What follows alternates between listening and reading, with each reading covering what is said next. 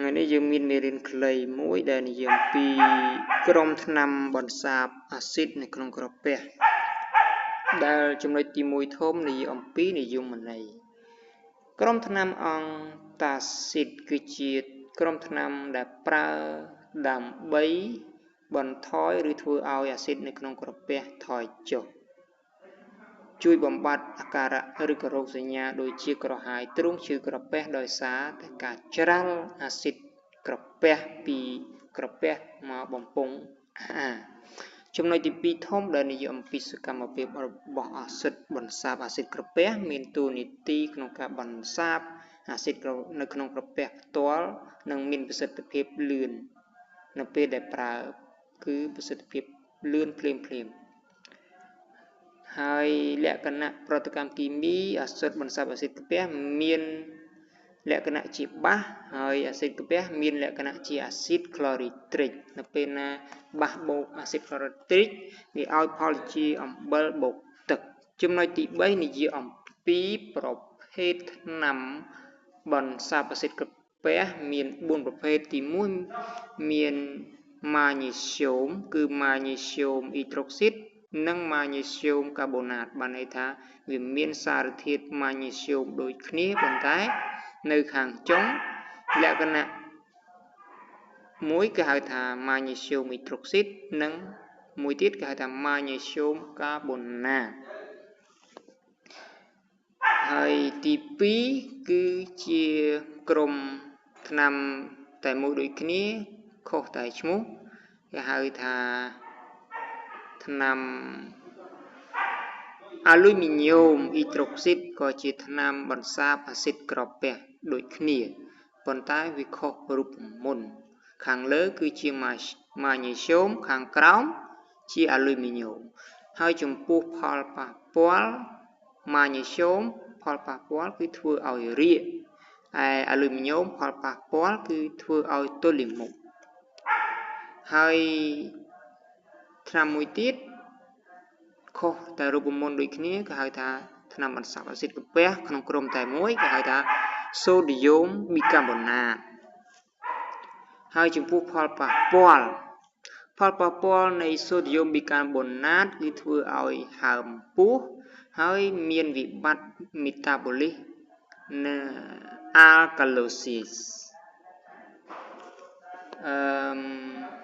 ចំពោះអ្នកដែលលើសពីតឈាមក៏អាចមាននេះដែរផងដែរដោយសារតែក្នុងនេះមានសូឌីយ៉ូមបូកជាមួយនឹងសូឌីយ៉ូមកាបូណាតបូកជាមួយសូឌីយ៉ូមអញ្ចឹងអ្នកដែលមានបញ្ហាលើសសម្ពាធឈាមក៏អាចប៉ះពាល់អាចធ្វើឲ្យឡើងឈាមផងដែរប៉ះពាល់តិចឬច្រើនទៅតាមកម្រិតប្រើនឹងនេះជាផលប៉ះពាល់របស់ក្រុមថ្នាំបន្សាបអាស៊ីតក្របពះវាជួយក្នុងការបន្សាបអាស៊ីតក្របពះប៉ុន្តែទន្ទឹមនឹងការជួយបំបត្តិអាការៈហ្នឹងបានន័យថាក៏មានផលប៉ះពាល់ដែរដោយសារវារំខានវាអាចធ្វើឲ្យហើមពោះហើយក៏វាអាចធ្វើឲ្យមានវិបត្តិនៃបកការមេតាបូលិកអាល់កាឡូស៊ីសមួយទៀតថ្នាំមួយទៀតគេហៅថាកាល់ស្យូមកាបូណាតកាល់ស្យូមកាបូណាតក៏ជាថ្នាំបន្សាបអាស៊ីតក្របពះដូចគ្នាហើយចំពោះផលប៉ះពាល់ឬផលរំខានហ្នឹងគឺធ្វើឲ្យឡើងការកើនឡើងនៃកាល់ស្យូមនៅក្នុងឈាមការកើនឡើងកាល់ស្យូមនៅក្នុងឈាមហ្នឹងផលប៉ះពាល់ឬក៏ផលរំខាននៃអាស៊ីតបន្សាបអាស៊ីតក្របពះហ្នឹងគឺមាន4មុខទី1ម៉ាញ៉េស្យូមទី2អាលុយមីញ៉ូមទី3កាល់ស្យូមទី4សូឌីយ៉ូមប៊ីកាបូណាតហ្នឹងហើយចំពោះអាស៊ីតទាំង4ហ្នឹងគឺគេណែនាំការប្រើប្រាស់ការណែនាំឲ្យប្រើហ្នឹងទៅលើជំងឺច្រាល់អាស៊ីតក្របពះទី2គឺ ដើម្បីព្យាបាលទៅលើដំបៅនៃប្រព័ន្ធរំលាយអាហារបានន័យថាដំបៅក្រពះពោះវៀនទី3គឺប្រើប្រាស់ក្រុមថ្នាំនេះដើម្បីព្យាបាលទៅលើវិបត្តិនៃការរំលាយអាហារទី4ប្រើប្រាស់ដើម្បីព្យាបាលទៅលើអាការៈក្រហាយទ្រូងឈឺក្រពះហើយទី5ធំនិយាយអំពីផលរំខានដែលផលរំខានខ្ញុំបានរៀបរាប់នៅខាងលើដែរហើយខាងក្រោមគឺដើម្បីបញ្ជាក់ថាផលរំខានមានអីខ្លះម៉ាញ៉េស្យូមផលរំខាននៃម៉ាញ៉េស្យូមគឺធ្វើឲ្យរាគអាលុយមីញ៉ូមផលរំខានវាឲ្យផលទៅជា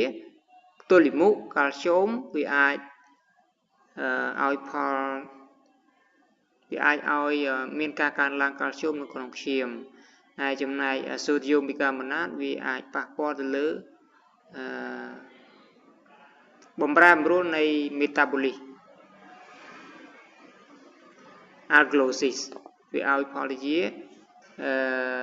មេតាបូលីសអាក្លូស៊ីសអាហ្នឹងជាផលរំខានរបស់សូដ្យូមប៊ីកាម៉ូណាតមិនត្រឹមប៉ុណ្ណឹងវាអាចឲ្យហើមពុះហើមអីដែរ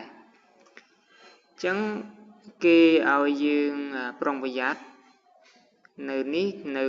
ចំណុចទី5ធំហ្នឹងគឺគេបានសរសេរថាប្រើច្រើនអាចប៉ះពាល់ទៅលើអេឡិចត្រូឡៃបាឡង់បានន័យថាតុល្យភាពនៃជាតិរ៉ែសារធាតុរ៉ែនៅក្នុងឈាមទី6ដែលនិយាយពីទី6ធំនិយាយអំពីអន្តរកម្មឱសថ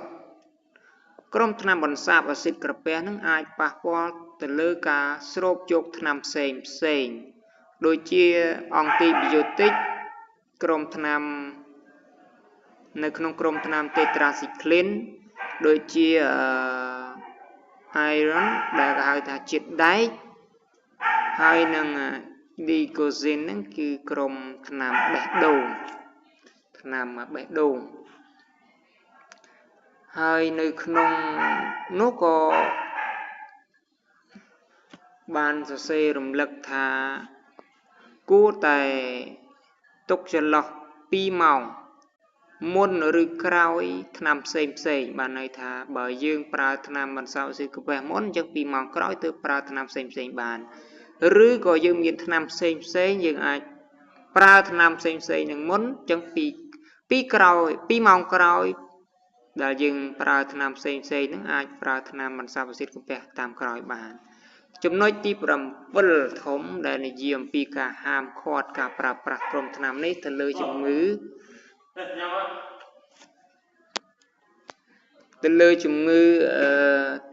តម្រងនោមនឹងហាមឃាត់អត់ឲ្យប្រើប្រាស់ទេបើសិនជាមានជំងឺតម្រងនោមទី2ហាមប្រើប្រាស់នៅពេលណាអ្នកជំងឺមានការកើនឡើងកាល់ស្យូមនៅក្នុងឈាមអញ្ចឹងបានន័យថាលើសកាល់ស្យូមកម្រិតកាល់ស្យូមនៅក្នុងឈាមយើងមិនអាចប្រើប្រាស់ថ្នាំនឹងបានទេថ្នាំបន្សាបអាស៊ីតក្នុងក្រពះប្រភេទកាល់ស្យូមកាបូណាតហើយទី2គេហាមប្រើចំពោះអ្នកជំងឺខ្សោយបេះដូងគេមិនឲ្យប្រើក្រុមថ្នាំបន្សាបអាស៊ីតក្រពះទេប្រភេទសូដ្យូមប៊ីកាបូណាតអញ្ចឹងអ្នកដែលខ្សោយបេះដូងសម្រាប់អ្នកដែល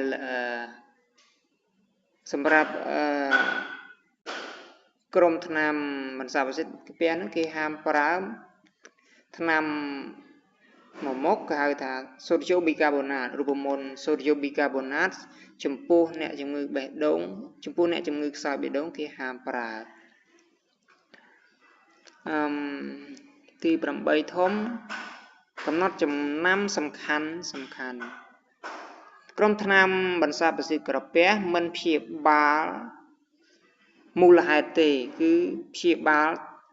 បំបត្តិរោគសញ្ញាព្យាបាលតាម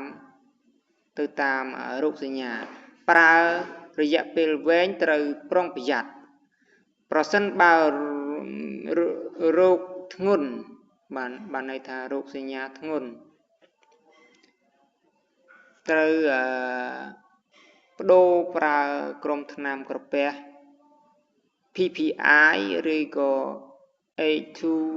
blocker